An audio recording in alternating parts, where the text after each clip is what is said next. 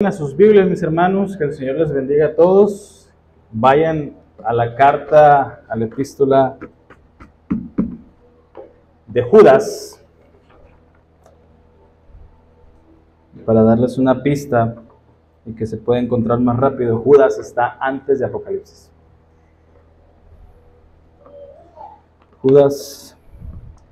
Como Judas solamente contiene un solo capítulo, y como este sermón solamente va a ser la introducción de la epístola misma, vamos a leer todo el capítulo para tener una idea general de lo que se trata la carta de Judas.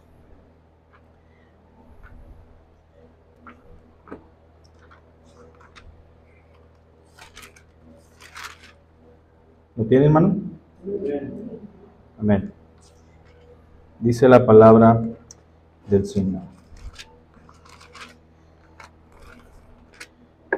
Judas, siervo de Jesucristo y hermano de Jacobo, a los llamados, santificados en Dios Padre y guardados en Jesucristo. Misericordia y paz y amor os sean multiplicados. Amados, por la gran solicitud que tenía de escribiros acerca de nuestra común salvación, me ha sido necesario escribiros exhortándoos que contendáis ardientemente por la fe que ha sido una vez dada a los santos, ya que algunos hombres han entrado encubiertamente, los que desde antes habían sido destinados para esta condenación, hombres impíos que convierten en libertinaje la gracia de nuestro Dios y niegan a Dios, el único soberano, y a nuestro Señor Jesucristo.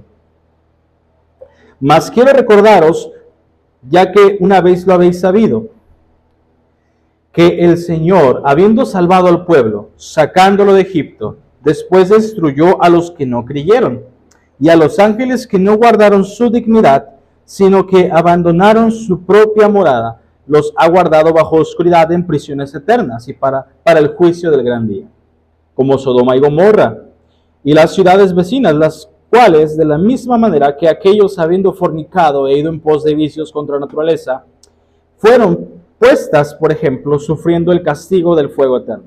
No obstante, de la misma manera también estos soñadores mancillan la carne, rechazan la autoridad y blasfeman de las potestades superiores. Pero cuando el arcángel Miguel contendía con el diablo, disputando con él por el cuerpo de Moisés, no se atrevió a proferir juicio de maldición contra él, sino que dijo: el Señor te reprenda.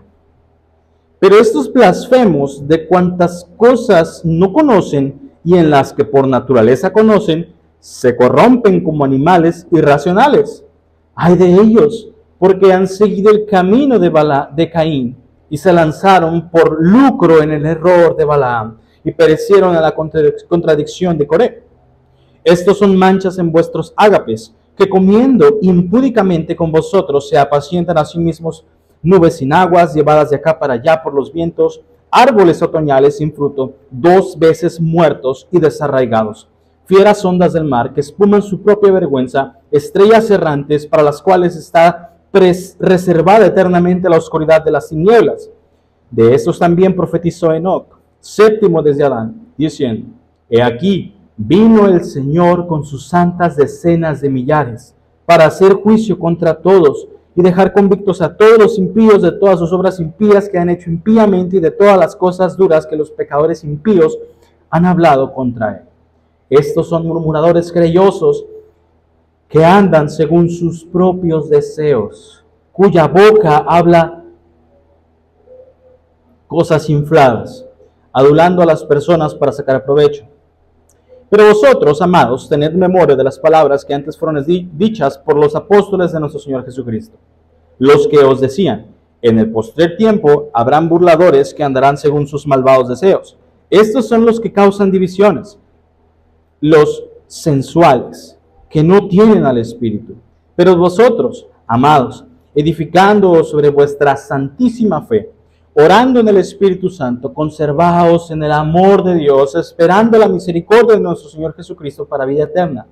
A algunos que dudan, convencedlos; a otros salvad, arrebatándolos del fuego, y de otros tened misericordia, con temor, aborreciendo aún la ropa contaminada por su carne. Y aquel que es poderoso para guardaros sin caída y presentaros sin mancha delante de su gloria con gran alegría. Al único sabio y sabio Dios, nuestro Salvador, gloria y majestad, imperio y potencia, ahora y por todos los siglos. Amén. Vamos a orar.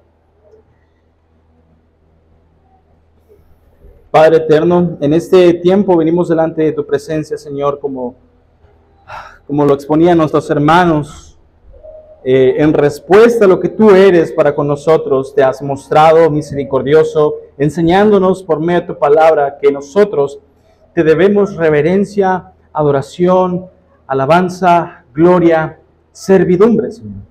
Y esto es un privilegio, reconociendo que nosotros, Señor, muertos en delitos y pecados, nunca podríamos venir ante ti, sino que tú nos has dado la disposición por tu pura gracia para libremente acudir al llamado de Cristo Jesús para salvación.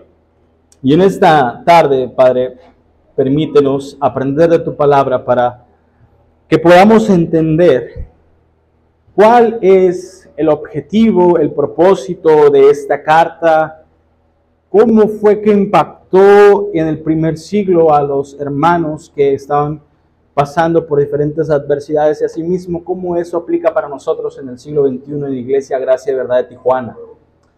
Ayúdanos, Padre, y te pedimos espíritu de sabiduría y de revelación en el conocimiento de Cristo Jesús. Alumbra los ojos de nuestro entendimiento para que sepamos cuál es la esperanza a la cual tú nos has llamado y cuál es la supereminente grandeza de tu poder para con nosotros los que creemos. Padre, te lo pedimos esto y usa tu palabra a pesar del expositor. En Cristo Jesús. Amén. Pueden tomar sus asientos, hermanos. Gracias. Como ya leímos, mis hermanos, nosotros en esta tarde vamos a ver la carta de Judas. Y es una introducción, puesto que no me puedo adelantar a muchas cosas que en la conclusión Judas mismo va a repetir. Por eso es que vamos a pasar por encima, aunque pudiésemos profundizar y hacer un estudio, una predicación de una sola palabra que él ha dicho en esta carta. Pero nosotros debemos de poner muchísima atención para que en las futuras enseñanzas todo lo que vemos aquí en la introducción concuerde con lo que Judas nos va a enseñar en el futuro. El 1 de septiembre de 1939 comenzó la Segunda Guerra Mundial con la invasión de la Alemania nazi hacia Polonia. Un año después, el 10 de mayo de 1940, posteriormente, los nazis invaden Francia para la obtención de esa misma nación. En ese mismo año, un tiempo después, el 27 de septiembre del 40, se firma el pacto tripartito entre las naciones de Japón, Italia y Alemania, con el fin de expansiones imperialistas y que con el paso del tiempo, al arrasar ante las naciones, obtenerlas para sí y llamarlas de su imperio. En el caso de las nazis, liderados por Hitler, Italia por Mussolini, y por el lado del Pacífico, los japoneses. Pero para que nosotros entendamos la historia, debemos entender que esto no fue sin oposición de parte de las naciones que fueron conquistadas. Se levantaron tres naciones importantes en la Segunda Guerra Mundial, a los cuales se les llamaron los aliados. Y estos aliados eran la Unión Soviética, Estados Unidos y Gran Bretaña. El resultado de esta unión de los aliados fue el fin de la guerra. Por el lado del Pacífico, Estados Unidos en Pearl Harbor, acabando con los japoneses con la bomba nuclear de Hiroshima y Nagasaki. Por el centro de Europa, la Unión Soviética tomando Berlín, y por el lado del Canal de la Mancha, la división que existe entre Gran Bretaña y Francia en Normandía. Estos fueron los elementos necesarios para el acabose de la Segunda Guerra Mundial. Pero lo principal que llevó a cabo el fin de la guerra fue la unión de los aliados. Si la Unión Soviética quería jalar para su lado, y como lo decía algún hermano, si cada conejo busca su propia zanahoria, evidentemente no iban a poder llevar a cabo y cumplir con el fin de terminar la guerra. Por lo tanto, era necesario que esos elementos de las estrategias que utilizaron para acabar la Segunda Guerra Mundial tenían que estar unidos para llevar a cabo ese fin. De la misma manera como Judas nos está escribiendo en su carta, y como tú te pudiste dar cuenta, él está escribiendo con un sentido de urgencia, sabiendo que muy prontamente dentro de la misma iglesia van a surgir falsos maestros que van a impulsar falsas doctrinas y por lo tanto falsas prácticas pecaminosas. En ese sentido, Judas le anteceden diferentes elementos al propósito que él tiene. Y estos elementos, mis hermanos, son las bendiciones que son importantes para que nosotros podamos llevar a cabo la misión encomendada de contender por la fe. Las bendiciones son las que nos permiten tener la unión en el cuerpo de Cristo para luchar contra las falsas doctrinas y aquellos que las exponen. Y en este sermón vamos a ver la introducción y el sermón va a estar dividido en 3 puntos. Primer punto, necesitamos entender quién es el autor y el primer punto se llama o es ¿quién es el autor? Segundo punto, ¿quiénes son los destinatarios? Y tercer punto, como ya lo hemos hablado, ¿cuáles son esas bendiciones necesarias que la iglesia necesita para que puedan llevar a cabo el contender ardientemente por la fe? ¿Cuáles son esas bendiciones? Antes de acercarnos y entrar en nuestro primer punto, quiero darte unas características muy importantes a observar en esta carta. Y tomo un comentario de J.P. Wolf sobre Segunda de Pedro, ya que Segunda de Pedro tiene una similitud, casi que si tú las lees son cartas hermanas, así como Filipenses y Colosenses. Son casi igualitas. Y J.P. Wolf dice acerca de la carta de Judas y las características que podemos sobresaltar. Judas tiene una característica que lo diferencia de los demás, y él escribe en triadas. Es decir, te da ejemplos de manera que puedas entender de 3 formas diferentes lo que él te quiere decir. Y en el versículo 1, cuando pongas tu mirada ahí, mi hermano, versículo 1, los destinatarios de la carta se describen como llamados, santificados y guardados. En el versículo 2, la bendición de la cual estamos hablando es misericordia, paz y amor. Y del versículo 5 al versículo 7 hay 3 ejemplos de juicios: Israel en el desierto, ángeles en prisiones de oscuridad y el castigo de Sodoma y Gomorra. En el versículo 8 son las características de los apóstatas: contaminan el cuerpo, desprecian la autoridad y maldicen a los seres celestiales. Versículo 11 hace referencia a 3 personas que pagaron por sus pecados: Caín, Balaam y Coré. Versículo 12 al 13 hay una doble triada, es decir, hay 6 metáforas para describir a los falsos maestros. Versículo 12 al 13 dice que son un peligro oculto en las fiestas de amor fraternal, buscan su propio provecho, son nubes sin agua, árboles que no dan fruto y están arrancados de raíz, violentas olas del mar que arrojan la espuma de sus actos vergonzosos y estrellas fugaces. Son 6 características. En el versículo 20 al 21 se mencionan las 3 personas de la Trinidad: Padre, Hijo y Espíritu Santo. Y ya por último, en el versículo 20 al 21 hay 3 características que los cristianos deben ejercitar. Son las disciplinas espirituales que todas las iglesias tenemos que llevar a cabo. Y Judas les dice en el versículo 20 al 21: edificarse, es decir, buscar la comunión, y en esa comunión, esa relación con mi hermano, podemos hablar temas que nos permiten aprender a cómo llevar una vida cristiana de la mejor forma. La segunda es orar los unos por los otros, y la tercera es mantenerse en el amor de Dios. Me faltó una. Versículo 22 al 23, nosotros debemos de considerar que hay tres tipos de ovejas allí. Las que dudan, las que están en peligro de fuego, y las que ya de plano están contaminadas, las que ya no tienen remedio absoluto. Llegamos así, sabiendo estas características, mis hermanos.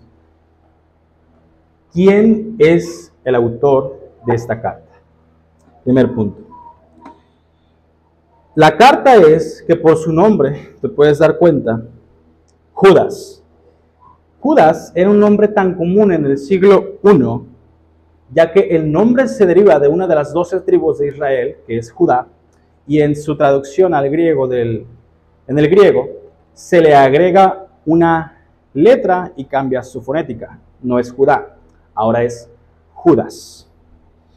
Pero en su presentación, el autor tenía la necesidad de dar más pistas de quién era él, ya que en el primer siglo era muy complicado decir, soy Judas. ¿Por qué? Porque no había apellidos. Necesariamente teníamos que dar un punto de referencia para identificarnos, y que la gente, al decir, soy Judas, el hijo de tal, o soy Judas, de parte tal, nos pudieran identificar y saber qué Judas somos. Ya que en el Nuevo Testamento, mínimo, hay 8 veces que se registra este nombre de personas que se llaman Judas. Entonces, ¿qué Judas es este? Tenemos una pista aquí, mis hermanos. Él dice, Judas, siervo de Jesucristo y hermano de Jacob. El autor se presenta a sí mismo no con credenciales propias, sino tomando puntos de referencias como que es siervo de Jesucristo y hermano de Jacobo. Al tomar como referencias a otras personas, el autor no está autopromoviéndose o intentando sobresalir a su audiencia. Y esto se ve con mayor credibilidad cuando nosotros entendemos que este Judas de quien se está hablando es Judas, el mismísimo medio hermano de Jesús. Pero eso lo vamos a ver un poquito más adelante. Hay otra pista, hermano de Jacob. Judas utiliza este nombre de una forma indiscriminada. ¿Qué quiere decir? No hay necesidad de cualificaciones para este Jacobo, ya que utilizar el nombre de Jacobo en el Nuevo Testamento, sin poner un punto de referencia, necesariamente tú podías identificar de qué Jacobo se estaba hablando, si eres del primer siglo. Y este Jacobo, por la fama que tenía, rápidamente la audiencia puede identificar de quien se estaba hablando era ni más ni menos que Jacobo, el medio hermano de Jesús, el prominentemente líder de la iglesia de Jerusalén, el que participó en los concilios del capítulo 15 de los Hechos, y también se menciona en el capítulo 12 de los Hechos. El mismo autor, este Jacobo, es el que lleva el nombre de la epístola de Santiago. Y ahora, Santiago, Jacobo, ¿por qué en el escrito de la carta se llama Santiago y acá se le llama Jacobo? Con el paso del tiempo, los idiomas más famosos eran el griego y más adelantito un poquito el latín. Y en el latín a Jacobo se le decía San Iacobus, es decir, San Jacobo. Y tú sabes que muchos idiomas hacen contracciones para evitar extender mucho las palabras, como algunas de ellas es en inglés, hay muchas contracciones. Y en el latín utilizaron la contracción de San Iago, en vez de decir San Iacobus. Por eso es que a nuestro español, con el paso del tiempo, ya no se le llama Jacobo en su epístola, se le llama Santiago. Este Santiago lo podemos ver juntamente con Judas en su identificación en el capítulo 13, y le pido que vaya para allá, de Mateo, en el versículo 55, cuando Jesús, después de dar la enseñanza magistral del Sermón del Monte, él llega de regreso a su aldea, es decir, a Nazaret, Y la gente que lo está rodeando se da cuenta y se maravilla de todas las enseñanzas que Jesús estaba diciendo y hacen una pregunta retórica para identificar de dónde proviene él. Mateo 13, versículo 55, y sus vecinos le hacen esta pregunta. Dice la palabra de Dios. ¿No es este el hijo del carpintero? ¿No se llama su madre María y sus hermanos Jacobo? Es decir, el Jacobo que acabamos de mencionar, José, Simón y Judas. Entonces, este Judas, de quien se está hablando en la epístola de Judas, podemos decir que son los medios hermanos de Jesús. ¿Hasta ahí vamos bien? Muy bien. Algunos comentaristas de antaño, tales como John Hill y Juan Calvino, no creen que este Judas sea Judas medio hermano de Jesús. Juan Calvino y John Hill piensan que este autor es uno de los apóstoles. Si tú sabes quiénes eran los 12 apóstoles, entre ellos había dos Judas. Judas el Tadeo y Judas el Iscariote, el que vendió al Señor por 30 pesas de plata. Ellos consideran que este Judas era parte de los 12 apóstoles, es decir, el Tadeo. Pero nosotros al observar en el versículo 17 de la carta de Judas, presten atención ahí, nosotros nos podemos dar cuenta de que el Judas de quien se está hablando es Judas, el medio hermano de Jesús, ya que él no se autonombra o no se incluye dentro de la lista de los apóstoles. Es decir, Judas dice en el versículo 17, pero vosotros, amados, tened memoria de las palabras que antes fueron dichas por los apóstoles de nuestro Señor Jesucristo. Y Judas no se está incluyendo a sí mismo ahí. Él está haciendo referencia a todas las enseñanzas del fundamento de los apóstoles y profetas y dice, observen lo que ellos les enseñaron. Él no se está incluyendo a sí mismo como un apóstol, porque él ya lo hubiera dicho. Y otra es más histórica y probablemente la podemos ver más adelante en los siguientes sermones, es que Eusebio de Cesarea, en su libro que escribe de la historia de la iglesia, él sí literalmente escribe que este Judas es el medio hermano de Jesús. Pero entonces nosotros tenemos que darnos cuenta que es significativo que Judas se identifique a sí mismo no como su medio hermano, sino que él dice, Judas, siervo de Jesucristo. Y la palabra que se utiliza ahí, dice, en el griego, no es la palabra para diáconos, es decir, como un siervo doméstico. Es la palabra doulos, que significa ser un esclavo. Dando a entender que la relación con Jesucristo, la más importante que puedes tener, no es la sanguínea, el ser hermano de Jesús, medio hermano de Jesús, y pararte el pecho y decir, es que yo soy, sí, yo ya sé, soy medio hermano de Jesús. No, él dice, yo soy esclavo de Jesucristo, dando a entender que la relación más importante es que tú le conozcas a Él como Salvador y que sea tu hermano espiritual como Jesucristo mismo lo enseñó. Dice en Mateo 12:50 Jesucristo, pues mi hermano, mi hermana, mi madre son los que hacen la voluntad de mi Padre que está en el cielo. Judas era una persona de posición preeminente y de renombre, pero no es así como se presentó. Él se presentó como un esclavo de Jesucristo. Teniendo claro quién es el autor, el medio hermano de Jesús, nosotros tenemos que hacernos otras preguntas. ¿Hacia quién va dirigida la carta? Si tú te fijas en las introducciones de las demás epístolas del Nuevo Testamento, en Efesios 1:1 el apóstol Pablo dice, Pablo, apóstol de Jesucristo, por la voluntad de Dios, a los santos y fieles en Cristo Jesús que están en Éfeso. y menciona hacia quién va dirigida la carta a la iglesia que está en Éfeso. El apóstol Pedro, en su primera carta, dice: Pedro, apóstol de Jesucristo, a los expatriados de la dispersión, y menciona 5 lugares donde estaban esos cristianos que estaban siendo perseguidos: en el Ponto, Galacia, Asia, Capadocia y Bitinia. Entonces, son muy específicos hacia qué personas va dirigida la carta, por el contexto en el que estaban. Pero Judas no dice exactamente hacia qué iglesia, a qué punto geográfico va dirigida la carta. Entonces, nosotros podemos determinar, como en la historia de la iglesia se ha dicho, que juntamente con Santiago, Judas es una carta católica.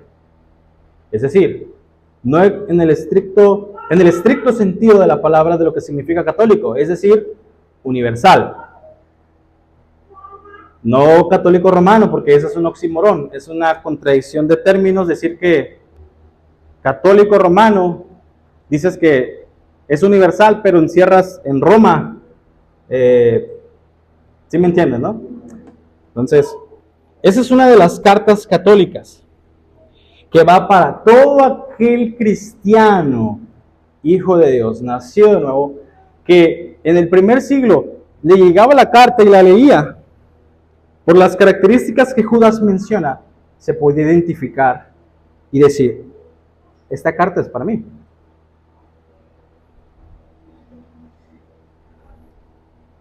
De acuerdo a los distintivos literarios de la carta, era necesario tener un conocimiento vasto del Antiguo Testamento, pero no solo del Antiguo Testamento, sino de la tradición judía, ya que Judas cita extractos de libros de la tradición apócrifa que no han sido considerados para figurar dentro del canon de las Sagradas Escrituras. Entonces, ¿cómo es que Judas pudo ser una carta que figurara dentro del canon si él está citando escritos de libros que no fueron incluidos dentro del canon, como son la Asunción de Moisés, y fue el caso también del libro de Enoc, que tiene mucho esoterismo, mucha oscuridad? Pero nosotros también debemos de fijarnos en otras partes de las Escrituras que también otros autores han hecho lo mismo. Y no necesariamente eso es malo, ya que toda la verdad es la verdad de Dios, y al utilizar estas referencias de filosofía judía apócrifa, la están utilizando con un propósito, y es con el fin de compartir el mensaje del Evangelio.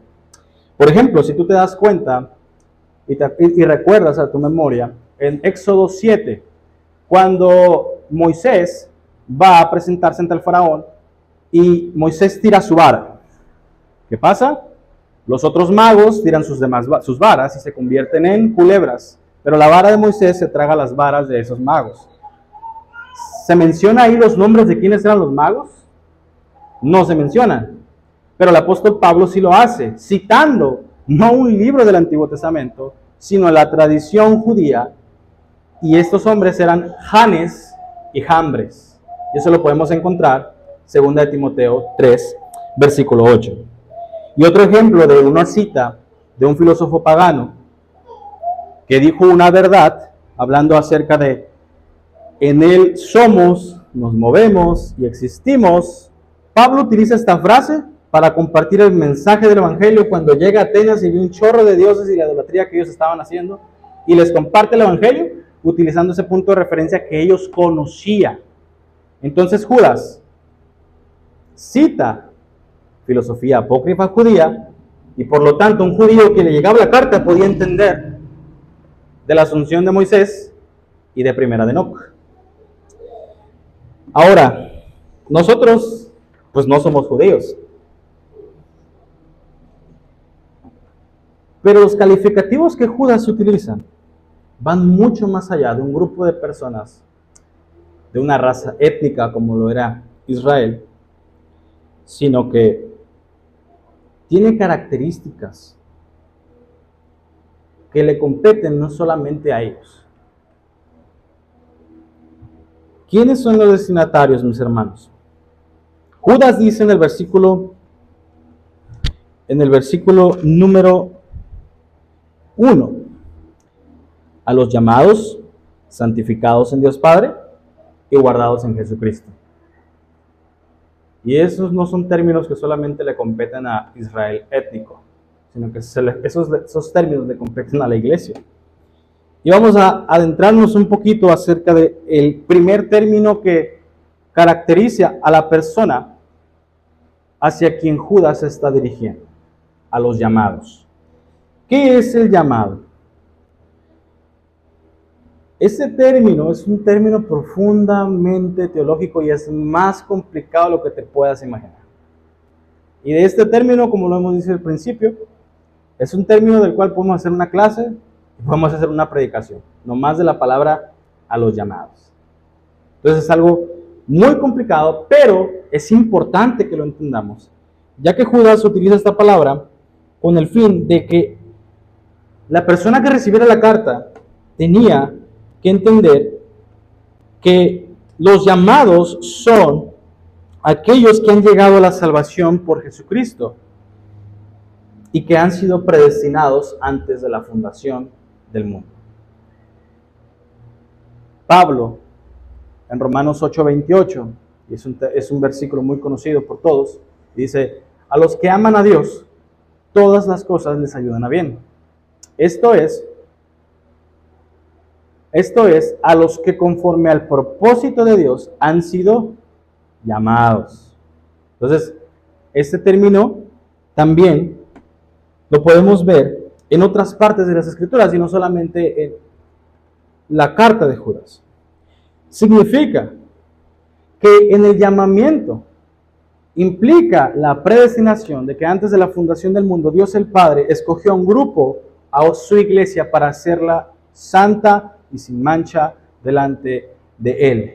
Y en el tiempo propicio, Dios iba a llamar a esas personas a que fueran parte de su iglesia. Nos concibió en su mente y desde la eternidad pasada nos llamó a salvación y por consiguiente a ser conformados a la imagen de Jesús.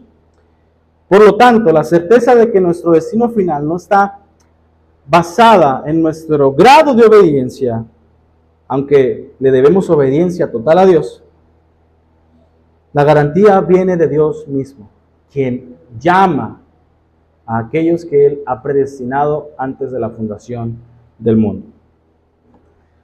Y esto lo dice lo que creemos, por lo menos los miembros de esta iglesia, en el capítulo 10 de la Confesión Bautista de Londres, sobre el llamamiento eficaz. Que aquellos a quienes Dios ha predestinado para vida, tiene a bien en su tiempo señalado y aceptable llamar eficazmente por su palabra y espíritu. ¿Qué quiere decir? Que tú pudiste haber escuchado el Evangelio por un largo periodo de tiempo desde tu niñez y que tu mamá te haya instruido, pero no necesariamente implica que tú eres cristiano por el hecho de haber crecido en una iglesia. Tiene que haber un nuevo nacimiento, es decir, el llamamiento de parte de Dios para que tú puedas creer y nacer de nuevo. Entonces el tiempo señalado y aceptable, a algunos nos llega más temprano, a algunos nos llega más tarde, otros a los 20, otros a los 30, y ese es el tiempo señalado y aceptable de parte de Dios. Y otra característica que habla la confesión es que nos saca del estado de pecado y muerte en que nosotros nos encontramos por naturaleza y nos lleva a la gracia y a la salvación por Jesucristo. Ilumina de modo espiritual y salvador nuestras mentes. ¿Con qué fin, mis hermanos? A fin de que comprendamos las cosas de Dios. Éramos ajenos a esa vida, a la vida de Dios. Y de esta forma nos induce a querer hacer lo bueno. No dice que cuando tú te conviertes en cristiano, que tú eres salvo, ya no vas a pecar. Dice que Dios te induce a querer hacer lo bueno. A pesar de que constantemente luchamos contra el pecado y caemos en tentación y le fallamos a Dios. Pero hay esa lucha interna entre la carne y el espíritu que es luchar para querer hacer lo bueno. De esta forma, nosotros podemos decir que Dios el Padre llama eficazmente a sus escogidos, los llama para que sean conformados a la imagen de Cristo, pero esto ocurre no de una forma obligada, sino que nosotros, los que hemos creído, acudimos a Él con total libertad, habiendo recibido por la gracia de Dios la disposición para hacerlo. todo individuo que es salvo por la gracia del Señor lo hace de una forma libre. Yo no fui porque alguien me obligó, pero necesariamente antes de que yo fuera a Dios tenía que recibir la gracia para tener esa disposición para poder hacerlo. Porque cuando nosotros estamos muertos en delitos y pecados, que yo creo que a la mayoría le ha pasado estar en un velorio de algún familiar, la persona ya no puede moverse, ya no puede tener ningún tipo de reacción porque está muerta. Y una persona que no ha sido salva está muerta en delitos y pecados y no tiene disposición para mover y hacer un acto para Dios. Es por eso que previamente recibimos la gracia para obedecer. Es un término muy profundo y yo sé que estoy pasando por alto y por encima y estoy yendo muy rápido porque nos podemos quedar ahí toda la tarde. Pero esas son una de las características de los destinatarios, que son llamados. Segunda característica, santificados, en el versículo 1. Aunque algunos manuscritos más antiguos se encuentra la palabra amados y en otros santificados, no obstante, estos términos no se contraponen. Aunque la Reina Valera 1960 en el versículo 1 dice santificados y en la Biblia de las Américas dice amados, ya que en su labor de traducción la Biblia de las Américas dispuso de más manuscritos, esos términos no se contraponen. Y te voy a dar un ejemplo. Romanos 1, 6 al 7. Capítulo 1, versículo 6 al 7. Ahí nos está hablando de la misma línea de pensamiento de los que son llamados. Y también nos está dando características de aquellos que son llamados. Romanos 1, versículo 6 al 7, dice Pablo en su introducción de salutación a los de Roma, entre los cuales estáis también vosotros a ser llamados de Jesucristo, a todos los que estáis en Roma, amados de Dios. Y juntamente ese término dice, llamados a ser santos. Entonces, aunque en la Biblia de las Américas diga amados, la Reina Valera diga santificados, estos características le competen a un llamado de Dios, una persona que ha sido llamada.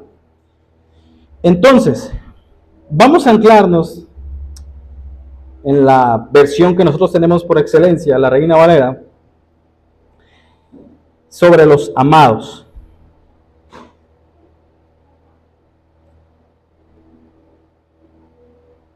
Y la idea implica de que nosotros, al ser amados de Dios, al tener una relación de comunión con Dios el Padre, de disfrutar del amor que Él nos ha dado en Cristo, diariamente tenemos que luchar contra nuestro pecado, nuestra carne, como nuestro hermano Carlos lo decía en la explicación de Levítico 22.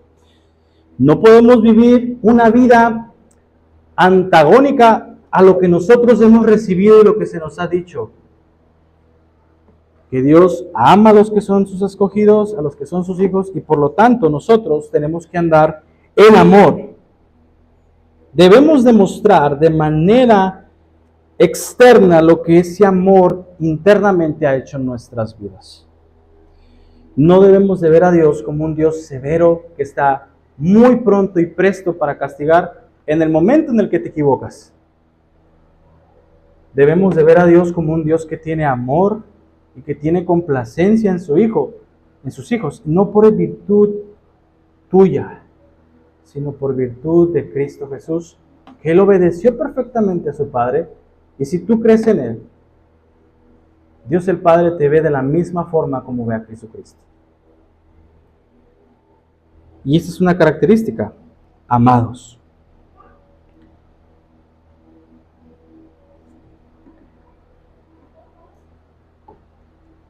Cuando tú disfrutas de una comunión con Dios,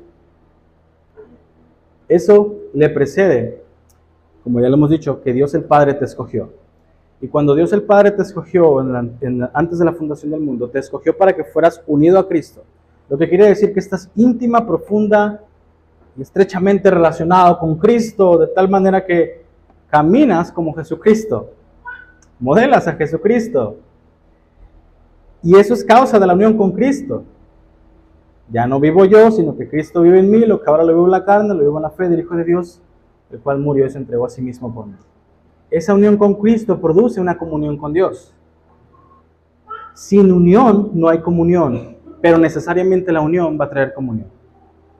Es decir, debemos de preguntarnos, mis hermanos, si nosotros ahorita, en esta etapa de nuestra vida, no estamos disfrutando del amor de Dios en la oración, de su palabra, ¿he sido unido a Cristo? ¿He sido salvo?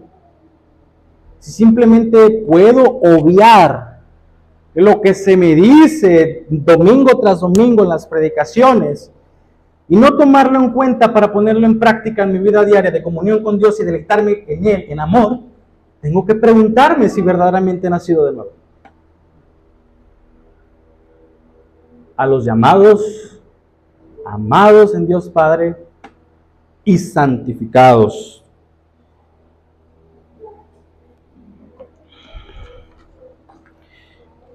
La tercera característica, mis hermanos, de los destinatarios son los guardados en Jesucristo. Y voy a citar otra vez la confesión. Preste atención.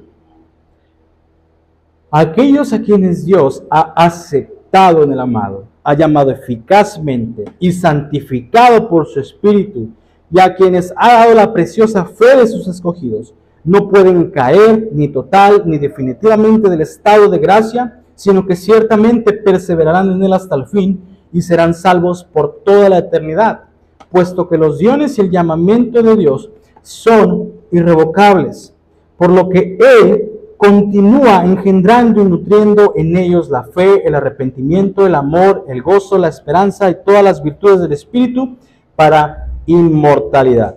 ¿Y dónde podemos ver eso en la Escritura?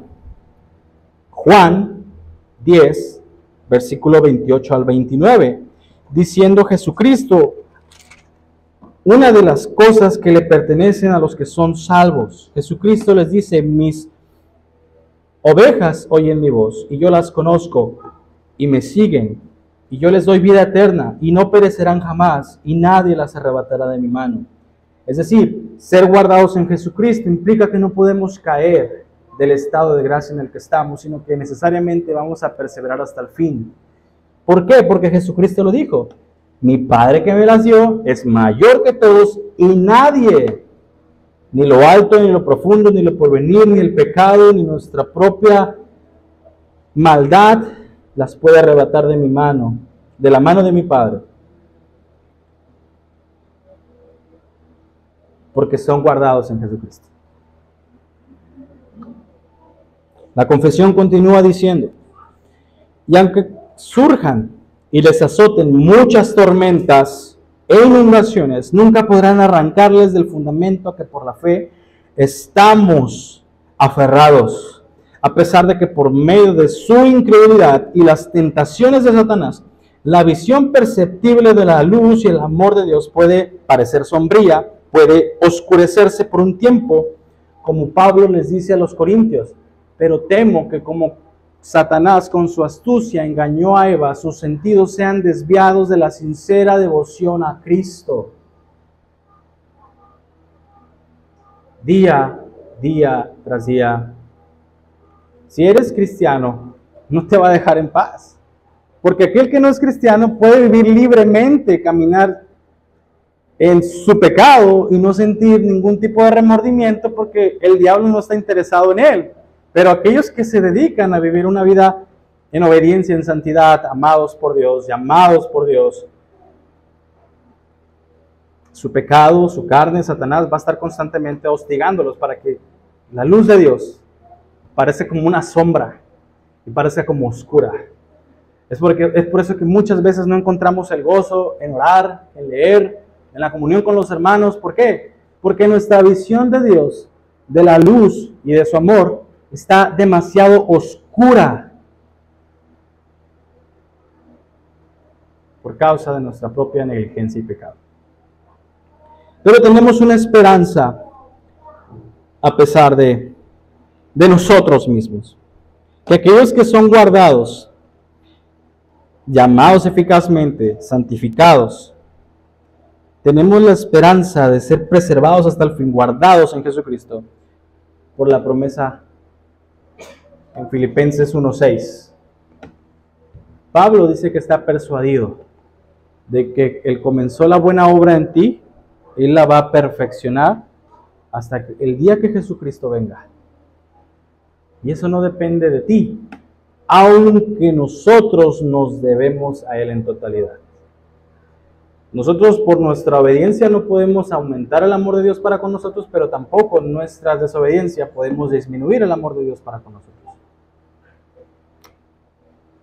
Esos son los destinatarios. Y te hago una pregunta.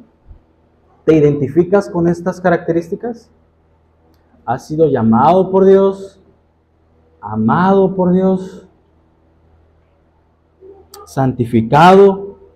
¿Sientes que Dios te está guardando en Jesucristo de tal manera que tu vida puede expresar que eres un cristiano? Son muy buenas preguntas. ¿Cómo estoy caminando? No ayer, hoy. ¿Qué hice hoy en la mañana como cristiano? ¿Qué deberes tengo para con el Señor que me rescató?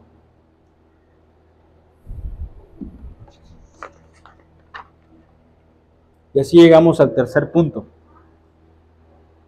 Al principio yo les hablaba de elementos y de ingredientes que eran importantes para llevar a cabo un fin propuesto. El propósito de la carta de Judas es que nosotros contendamos de una forma ardiente por la fe que una vez hemos recibido. Y para llevar a cabo eso son necesarios los elementos que ya les he dicho, que son las bendiciones. Y en el versículo 2, él menciona las bendiciones necesarias para llevar a cabo esos propósitos de Judas. Podemos ver en el versículo 2 que dice: misericordia, paz y amor os sean multiplicados. En la Biblia nosotros podemos ver que se nos manda a vestirnos de ropaje que nos van a poder capacitar para protegernos de las falsas doctrinas y de los falsos maestros, y también a su vez de contender y luchar en la guerra con esa vestimenta. En Colosenses 3, versículo 12 al 15, nos dice una exhortación Pablo, que nosotros tenemos que vestirnos, pues, como escogidos de Dios. Si el Señor me llamó, el Señor me escogió, por lo tanto tengo que vestirme como tal. Vestidos, pues, como escogidos de Dios, santos, amados, mismos términos que hemos estado viendo, de entrañable misericordia, de benignidad, de humildad, de mansedumbre, de longanimidad, soportándonos los unos a los otros y perdonándonos los unos a los otros. Si alguno tuviera queja contra el otro, de la manera que Cristo os perdonó, así también hacedlo vosotros, y sobre todas las cosas vístanse de amor, que es el vínculo perfecto, es el vínculo de la perfección, y la paz de Dios gobierne en vuestros corazones, a la cual asimismo sois llamados en un solo cuerpo, y sed agradecidos. Para el contexto donde ellos se encontraban, era necesario que se prepararan para recibir la persecución que, como hemos visto en la historia de la iglesia, se ha tenido la oportunidad de venir los martes, de parte de los emperadores, de Domiciano, de Plinio, etcétera, etcétera, etcétera. Estos que perseguían a los cristianos y los colgaban como antorchas y les echaban algún líquido para que prendiera y alumbrara las calles por el simple hecho de creer en Jesucristo. ¿Cómo tenían que prepararse ellos? Bueno, Judas les dice que la misericordia, que la paz y el amor tenían que ser multiplicados para prepararse ante esas cosas. De tal manera que tenían que mostrar ese amor no solamente entre hermanos, sino incluso a aquellos que los perseguían. Y te voy a hacer una invitación, un paréntesis en este día. No tiene que ser hoy, pero si tú no has visto la película de Torturado por amar a Cristo, de Richard Burbrandt, te invito a que la veas. Y vas a ver una escena que él mismo escribe en su libro, que donde está colgado de cabeza y lo están torturando y torturando, y era prohibido orar en prisión. Cuando su verdugo entra a la celda y lo encuentra por décima, por quinta vez, el verdugo le pregunta: ¿sigues orando después de que te hemos torturado, quebrado los dedos de los pies? ¿Qué otra razón tienes para orar? Y la respuesta de Richard Burbrand fue: estaba orando por ti.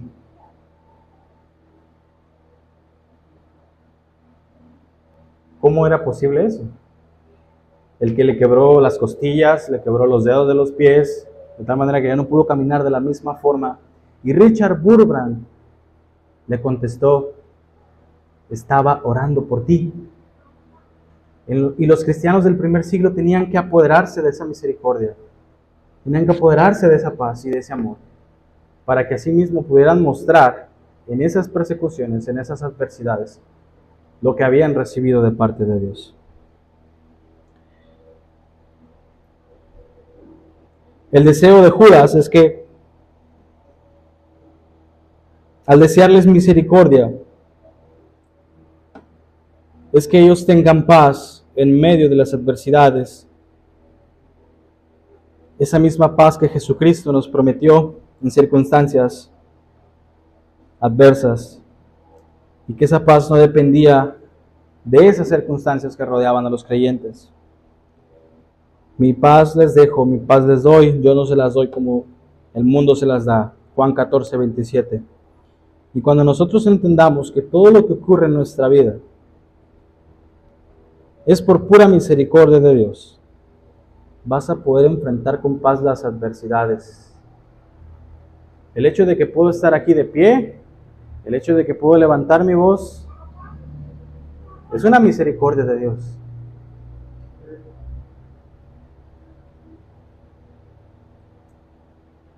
Y de esa misma forma, al experimentar la misericordia de Dios, puedes darle misericordia a tus hermanos. Buscar la unidad, porque era necesario que ellos estuvieran unidos misericordiosamente. Cuando el apóstol Pedro escribe su carta, él escribe a los expatriados de la dispersión, y ellos estaban llegando a las montañas de lo que es actualmente Turquía. Y te pido que pongas en tu imaginación que ellos llegaron a las montañas donde casi que morían de frío, y llegaban a una cueva para protegerse de las persecuciones, del frío, de los animales, y de pronto en medio de esa congregación pequeña de cristianos perseguidos, se levantaba uno en medio de ellos y empezaba a decir: ¿y si pintamos de esta forma la cueva para que se vea más bonita? Y luego por allá otro hermano decía: no, es que está mejor el color verde. Y así con cosas minúsculas, que se empezaran a preocupar por cosas que no valen la pena, teniendo en su corazón guerras, disensiones, celos, orgullo, y no procurando la misericordia. ¿Cómo crees que ellos podían llevar a cabo la misión de contender por la fe si no había ni siquiera misericordia entre ellos? Es algo absurdo siquiera pensar en eso. Y ahora nosotros tenemos una iglesia, un local, y muchas veces nos peleamos, tenemos disensiones por cosas que son absurdas, que son inmaduras. La paz era vital entre ellos, ya que sin paz siempre en su corazón iban a estar turbados. Y un ejemplo de ello, mis hermanos, en la Escritura podemos encontrar a Bodia y a Shintique, cuando Pablo les exhorta a que sean de un mismo sentir. Lo hace de tal manera que cuando ellas sintieran que la adversidad venía y las dividía, por cada quien jalar por su lado, ellos tenían que hacer lo que Pablo les dice: gozaos en el Señor siempre. Otra vez les digo, gozaos. La gentileza, tu amabilidad tiene que ser mostrada ante todos los hombres. Y si hay una división, si tú tienes algún problema con tu hermano y eso causa una división, una fragmentación en la congregación, tienes que buscar la paz. Y esa forma de buscar la paz es orando, presentándole a Dios nuestras necesidades. Y eso es lo que dice Pablo en Filipenses 4, versículo 6 al 7. Por nada te afanes, sino que presenta delante de Dios tus peticiones con acción de gracias. Y esa paz que viene de Dios, que sobrepasa todo entendimiento, guarda tu corazón y tu pensamiento en Cristo Jesús. De esa forma es la paz de Dios. Y el último elemento de bendición es el amor. Eso tenía que multiplicarse en ellos. Y voy a citar una carta que por excelencia nos exhorta al amor, primera de Juan 3:14. Nosotros sabemos que hemos pasado de muerte a vida. ¿Cómo nos damos cuenta que nosotros somos cristianos? En que amamos a los hermanos. Ese es el fruto evidente de que eres cristiano. En que amamos a los hermanos. Primera de Juan 4, versículos 7 al 10. Amados, amémonos unos a otros porque el amor es de Dios. Y todo el que ama es nacido de Dios y conoce a Dios. El que no ama no conoce a Dios, porque Dios es amor. En esto se manifestó el amor de Dios para con nosotros, en que Dios envió a su Hijo unigénito al mundo para que vivamos por él.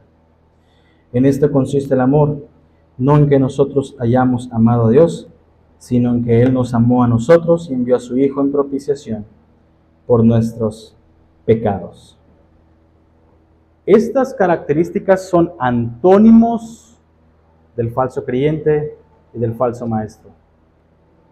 Un falso creyente que va a extender la semilla, a diseminar la semilla de la división, de la falsa doctrina y por lo tanto malas prácticas, no va a tener misericordia, no va a tener paz y mucho menos va a tener amor.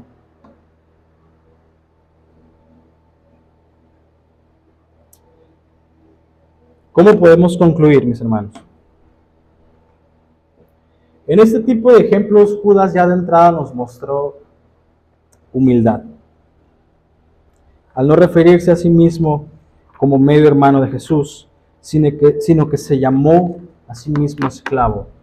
De la misma manera nosotros debemos apercibirnos diariamente que no vivimos para nosotros mismos, sino que somos esclavos de Jesucristo, si es que verdaderamente hemos sido nacidos de nuevo.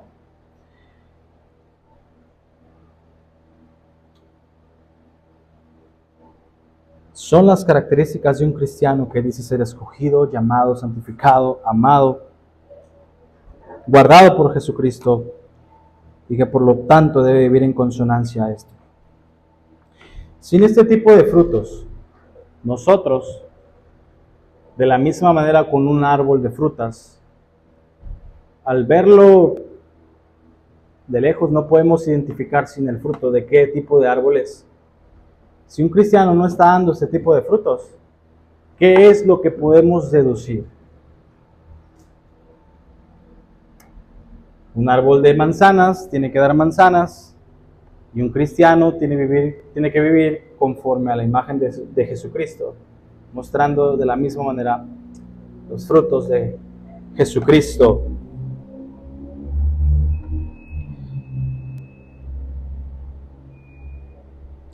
Por lo tanto, estas personas no pueden contribuir, los cristianos del primer siglo, los que reciben la carta de Judas, no pueden contribuir la paz, al amor, a la misericordia que Judas les desea para que tengan en sus corazones, para que permanezcan unidos y asimismo puedan luchar juntos contra las falsas doctrinas que acechan a la iglesia de Cristo. Es necesario que practiquemos y que vivamos esas cosas. Por último, voy a dar dos aplicaciones prácticas. El llamamiento, mis hermanos, nos lleva a una relación con Dios en amor. Y el amor vertical que recibimos de Dios nos llevará a amar a nuestros hermanos en la misma proporción en la que oramos por ellos. Nosotros no podemos vernos todos los días, ni siquiera vivimos juntos, vivimos en una ciudad muy grande. No podemos saludarnos, platicar diariamente, pero sí podemos orar los unos por los otros. Y eso va a demostrar si verdaderamente mi hermano me importa. Si yo amo a mi hermano, si deseo que mi hermano crezca en santidad, en amor, misericordia y que tenga paz. Probablemente no podamos hablar siempre, continuamente, pero hay unas cosas que tú puedes ver en la Biblia que puedes orar por tu hermano sin ni siquiera saber, incluso por lo que está pasando, porque tienen o qué necesidades tienen.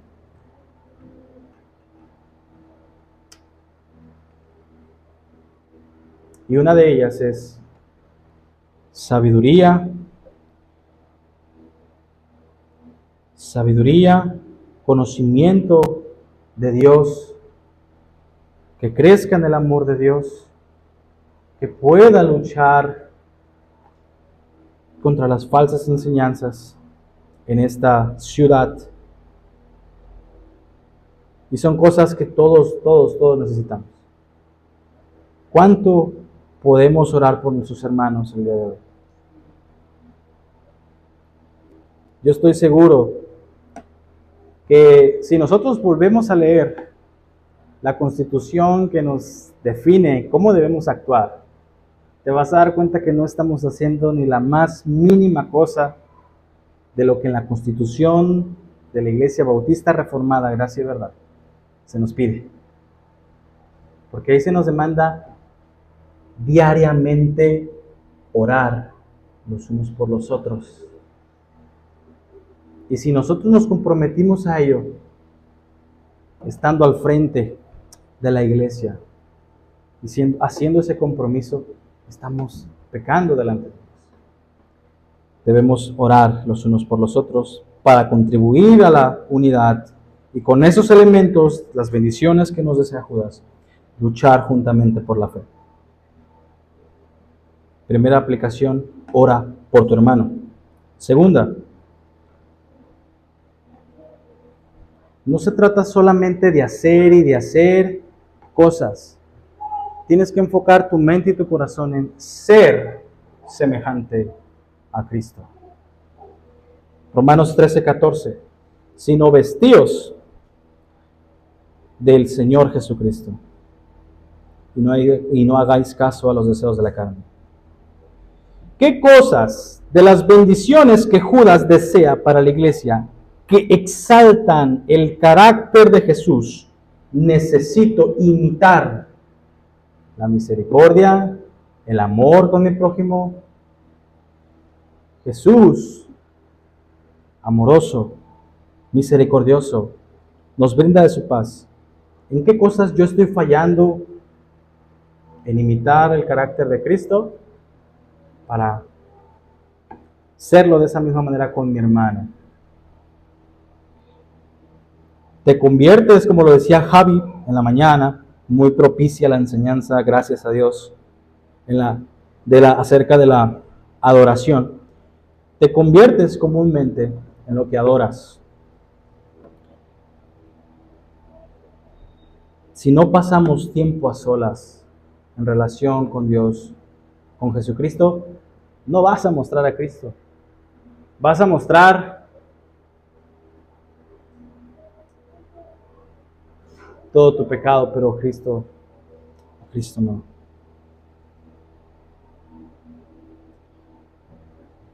Y busca ser como Cristo, no te enfoques simplemente en hacer. Y por último, para esto, ¿quién es suficiente, mis hermanos? Nadie. No podemos cumplir. Constantemente fallamos. No podemos. Es por eso que tenemos que abandonarnos a Cristo y confiar en Él. No podemos. No pienses que lo vas a hacer tú solo.